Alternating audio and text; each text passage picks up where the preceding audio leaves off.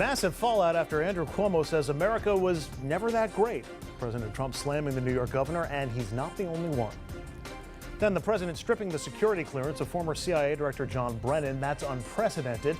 Brennan says Trump wants to silence his critics, but the former spy chief is speaking up and fighting back.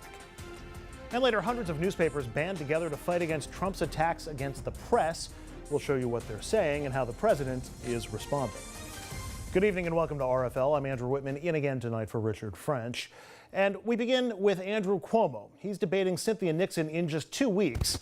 And now Nixon has some new ammunition against the governor. Nixon is one of many people jumping all over Cuomo after this quote. We're not going to make America great again. It was never that great. We have not reached greatness. We will reach greatness when every American is fully engaged. We will reach greatness when discrimination and stereotyping against women, 51% of our population, is gone. The governor's office says Cuomo believes that America is great and that he was just making a point about equality. Here's a part of that statement. Quote, the governor believes that when everyone is fully included and everyone is contributing to their maximum potential, that is when America will achieve maximum greatness. Nixon obviously isn't satisfied with that statement. During an interview, she said, quote, I think this is just another example of Andrew Cuomo trying to figure out what a progressive sounds like and missing by a mile. And of course, President Trump's not letting that one go either. Here's his tweet, quote, we're not going to make America great again. It was never that great. Can you believe this is the governor of the highest tax state in the U.S., Andrew Cuomo, having a total meltdown? Mark Molinaro, the Dutchess County executive, who's the Republican nominee running against Cuomo, had this to say on Fox and Friends this morning. America has always been great. I was so ashamed and shocked that a man who has lived in privilege, I think he was born on third base and thinks he hit a triple, could think that America was never great. Even with our imperfections, this nation, its promise, its purpose, its principles, and its people have always been great. And that sort of determined march towards making things better, that's what has always made America great. Let's discuss with our panel. We're joined tonight by Richard Brodsky, who returns. He's a former Democratic New York State Assemblyman from Westchester County and a professor at NYU. And on the other side of the table, conservative strategist Bill O'Reilly. Bill is the communications director for Mark Molinaro's gubernatorial campaign and has been salivating nonstop ever since Cuomo made that comment yesterday. I'll get to you in just 1 second. I could wear either hat. Richard. He was drooling. He wasn't salivating. Aren't they the same? How big a deal is this? It's not, he doesn't look good, but it doesn't cost them any votes because anybody who's deeply offended by that was already voting for somebody else. But it raises again this question of temperament and control. He had a very good 6 months. He got scared when the Nixon stuff was announced. The Working Families Party went off and did its thing. And he stayed on message, he stayed disciplined, and his poll numbers expressed that. Once he got good again, he attacks a reporter at the New York One. Now this, it's just stop it. It's not essential to what you're doing. Discipline yourself.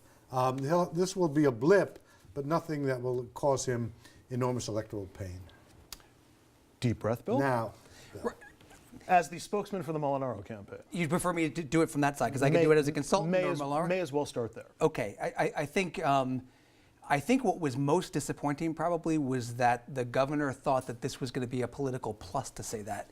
He's been running so far to the left that he thought that audience wanted to hear that America is not a great place. And you could see from the reaction, you could hear from the reaction that it totally fell flat. Cynthia Nixon even jumped in on that. I mean, Molinaro, what he said in the other clip on Fox was, here's a guy who grew up on food stamps, who had a single mother, who ended up becoming the youngest mayor in America at age 19, and now is the Republican candidate for governor of New York. America really does work sometimes. Sure, it's not perfect. Sure, we're always trying to better ourselves. We started with ideals that weren't met for a long, long time. Perhaps they never will be fully, but it's a great country. And on the consultant side, drop the campaign side, Cuomo screws up. He does this stuff. He says crazy stuff. I almost feel for his staff. You put him out there, and he says, I mean, this is kind of reminded me of saying that George Pataki was holding Giuliani's coat. He hasn't done that for 6 months.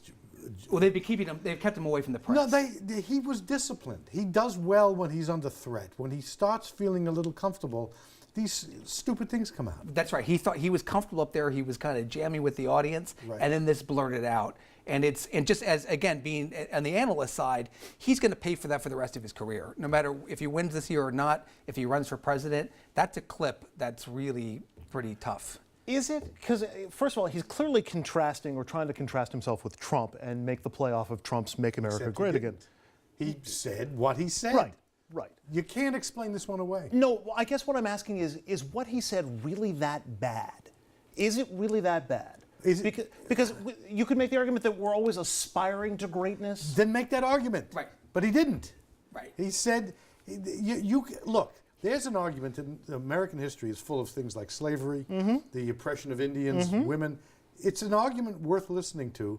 And when I hear the right say, America's never been wrong on anything, you get, it's just as bad. But this was a mistake, and he's going to pay for it. I understand that, but the argument that you can't say anything bad about America, you can't wrap yourself in the flag. I mean, it just seems like it's the height of jingoism to try to get a cheap vote. I think the people who work in the political world were probably almost most taken aback by this because you just don't say something like that. You don't have to. You don't say that. I mean, you could make the argument absolutely that he's trying to make afterwards to clean it up, that America can improve in a million different ways. Of course, that's right. But to actually come out and say those words, it's weird. I would not be surprised if the first paid commercial by the Mile an Hour campaign, assuming they raise over $12, which is not yet certain, will be a simple repetition of that clip going on and on and on. I think you're right. And I think you're right. And I get it. It's easily digestible by voters. It cuts through. It's him in his own words. And people are going to say, like, how dare you say that about my country? But we've had conversations like this before. I remember when the TV show The Newsroom came out, the Aaron Sorkin show.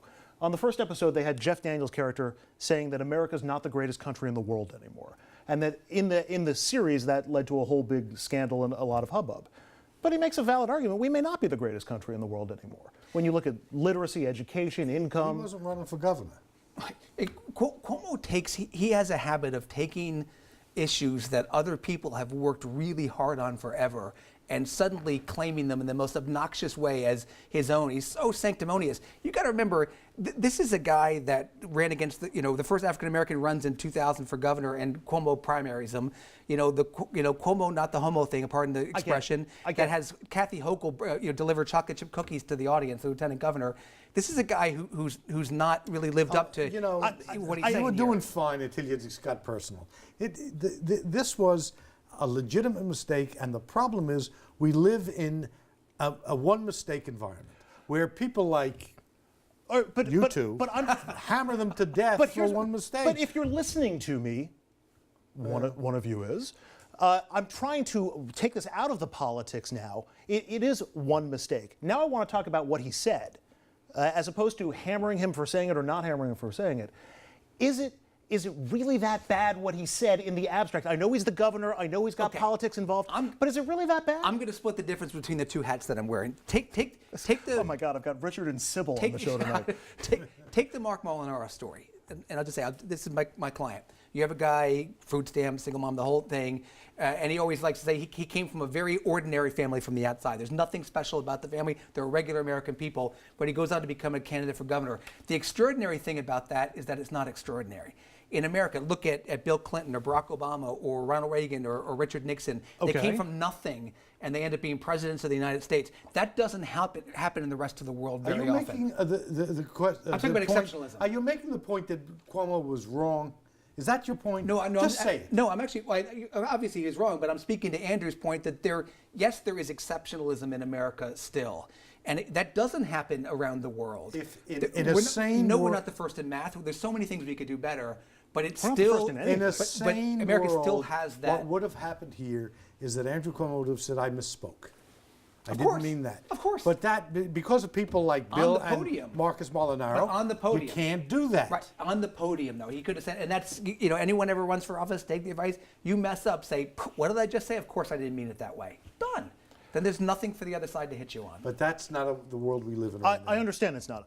The world we live in is becoming more and more whoever can drape themselves in the flag the best and be rah-rah American is apparently the one who's going to win because we don't want to hear any criticism or anything like that. But their response was to attack my business partner. I mean, that was the first response. Is Jessica Proud, Republican? That all they had to do was say, "Whoops, didn't mean to do it." You're absolutely right.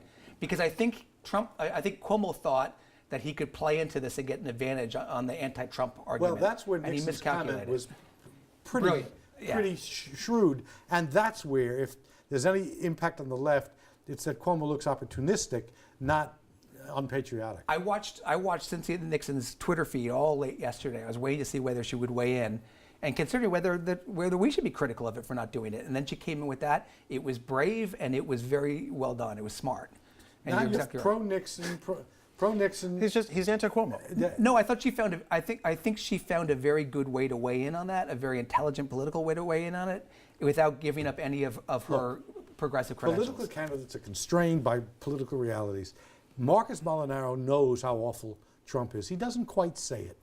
And for the same reasons that in a better environment, he would be able to say that and still appeal to his voting base.